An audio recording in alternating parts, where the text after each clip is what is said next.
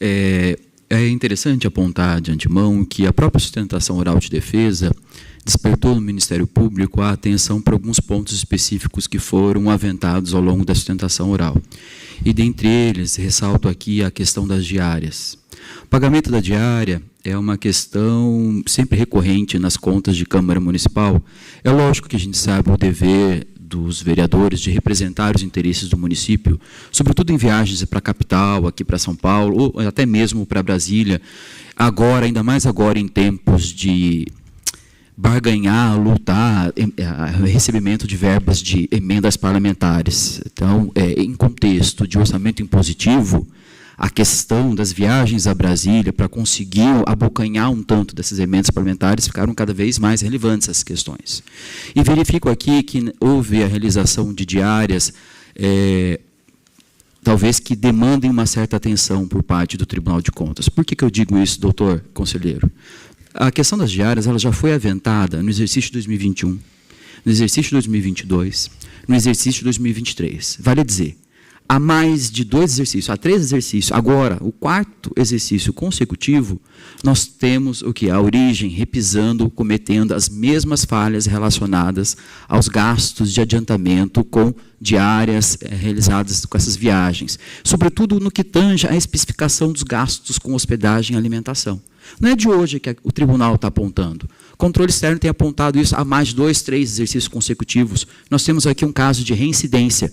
Significa que a Câmara Municipal não está levando em conta o que o Tribunal de Contas tem dito nos seus pareceres. Para mim, tem feito pouco caso dos apontamentos levantados pelo próprio Tribunal de Contas.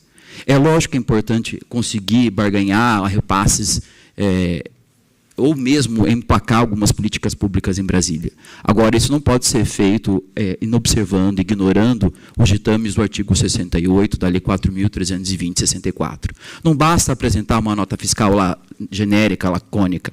Nesse tipo de situação, é necessário, explicar nas justificativas do adiantamento qual o motivo da viagem para Brasília, qual o vereador, qual quantidade, qual o número de vereadores que irão até Brasília, qual o interesse, eles querem emplacar, que tipo de negociação eles vão buscar emplacar, uma política pública estadual, uma federal, um eventual repasse, precisa discriminar a finalidade da viagem até Brasília. Uma vez especificada a finalidade da viagem, indicar um orçamento de qual hotel vai ficar em Brasília. Um orçamento prévio com um custo médio das diárias em Brasília, levando em conta o quê? Que a gente sabe que o preço das diárias em Brasília oscila bastante conforme o número das sessões que ocorrem no Congresso. Então, a gente precisa colocar um preço médio mediano, excluindo as diárias, as pontas, e considerando o preço em que se trabalha efetivamente em Brasília, porque a gente sabe que tem um salto do valor das diárias. Alimentação. A alimentação, a gente precisa também especificar na nota fiscal qual é o tipo, e precisa indicar se tem ou não tem bebida alcoólica. Então, são detalhes que a gente precisa levar em conta.